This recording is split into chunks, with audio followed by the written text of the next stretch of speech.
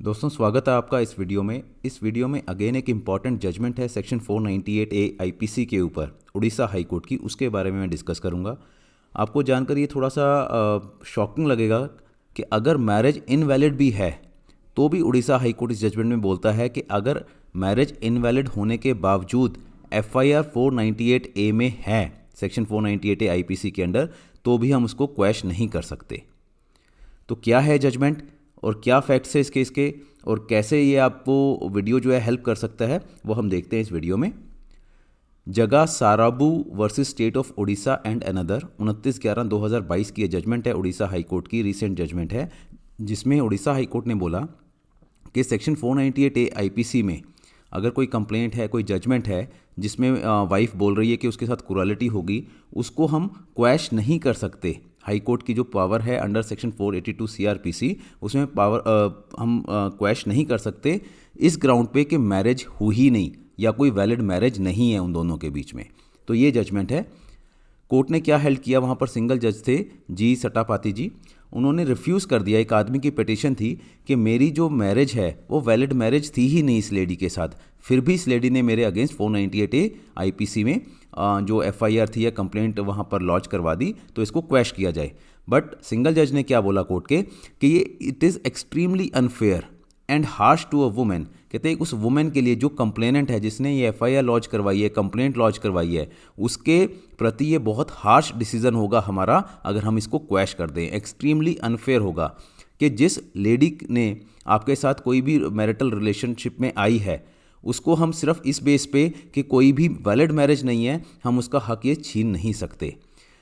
Brief facts की अगर हम बात करें, इसमें पिटीशन जो थी 2014 में, मार्च 2014 में मजिस्ट्रेट ने इस पर्सन को इशू किया था notice under section 498 A IPC.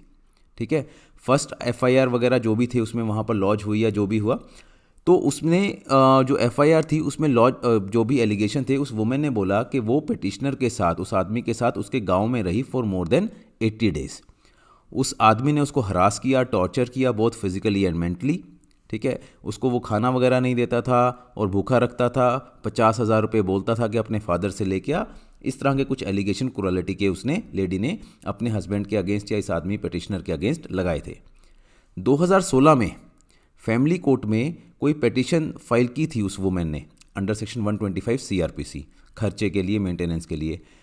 Family court ने उस लेडी की वो पिटीशन जो थी सीआरपीसी में 125 में, वो रिजेक्ट कर दी, ये बोलकर कि जो मैरिज थी वो इनवैलिड है। तो उसको लीगल वाइफ जो है, उसमें जो एक ग्राउंड होती है कि लीगली वेडिड वाइफ होनी चाहिए 125 में अगर मेंटेनेंस लेना चाहते हैं, तो वाइफ का दर्जा नहीं है उसके पास। इसलिए फैमिली कोर्ट ने 2016 में उस वाइफ की petition under section 125 CrPC reject कर दी थी। इसी को ग्राउंड बनाकर उस आदमी ने हाई कोर्ट में अप्रोच किया अंडर सेक्शन 482। ये बोला कि जी फैमिली कोर्ट ने भी देखो बोला है कि कोई वैलिड मैरिज नहीं थी, तो 482 में इस एफआईआर को क्वैश किया जाए। बट हाई कोर्ट का यहाँ पर डिफरेंट व्यू था। उसने क्या बोला, जज ने क्या बोला कि एलिगेशन जो एफआईआर में है वो आपके इंग्रेडिएंट्स तो पूरे करते हैं सेक्शन 498 ए के। ठीक है, तो उसने बोला कि 498 ए का जो ऑब्जेक्टिव है वो सिक्योर करना है कि अगर किसी वुमेन की हरासमेंट हो रही है तो उस हरासमेंट को रोकना, उसके अगेंस्ट अगर कोई क्रूरलिटी हुई है उसको क्रूरलिटी को रोकना 498 ए का एक ऑब्जेक्टिव है। तो ऑब्जर्वेशन क्या रही कोर्ट की, this being the sacred object of offence under 498 A IPC, weather a person who enters into a marital relationship be allowed to take the refuge behind a smoke screen to take the plea that since there was no valid marriage, the proceedings under section 498A of IPC against him is not maintainable। कहते सिर्फ इस ground पे कि उसकी valid marriage नहीं थी, क्या हम उसको जो भी उसके राइट्स हैं उससे हम उसको वंचित नहीं रख सकते।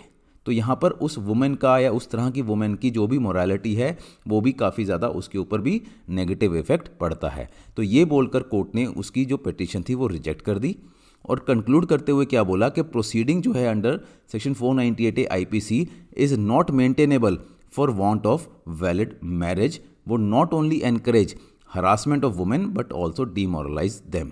कि सिर्फ इस ग्राउंड पे कि वैलिड मैरिज नहीं है 498 ए को हम ये नहीं बोल सकते कि वो मेंटेनेबल नहीं है। अगर ऐसा बोलेंगे तो उस वुमेन के अगेंस्ट वो हरासमेंट कहलाएगी, उनको वो डिमोरलाइज करेगा। तो ये कोर्ट की ऑब्जर्वेशन रही है। इसी जजमेंट में अगर आप देखें नेट पे इजीली मिल जाएगी। ये एक पुरानी जजमेंट के ऊपर रेफ़र किया था उड़ीसा हाई कोर्ट ने, A Subhash Babu versus state of Andhra Pradesh and another. Supreme court की 2011 की ये जजमेंट है, इसके ऊपर रिलाई करते हुए उड़ीसा हाई कोर्ट का ये डिसीजन आया है, राइट। तो ये था हमारा वीडियो। बस आपको ये ध्यान रखना है कि अगर आप इस तरह की कोई ग्राउंड सोचते हैं तो अच्छे से एक बार और इस जजमेंट को पढ़िए, जिसके ऊपर जजमेंट के ऊपर रिलाई किया उसको पढ़िए, थोड़ा लॉ सर्च कीजिए, उसके बाद ही आप क्वेश्चन के लिए जा सकते हैं। इस तरह की कोई और क्वेरी है तो आप मुझे व्हाट्सएप कर सकते हैं, मेरा नंबर है, टेलीग्राम पर भी आप मुझसे जुड़ सकते हैं। Thank you and all the best.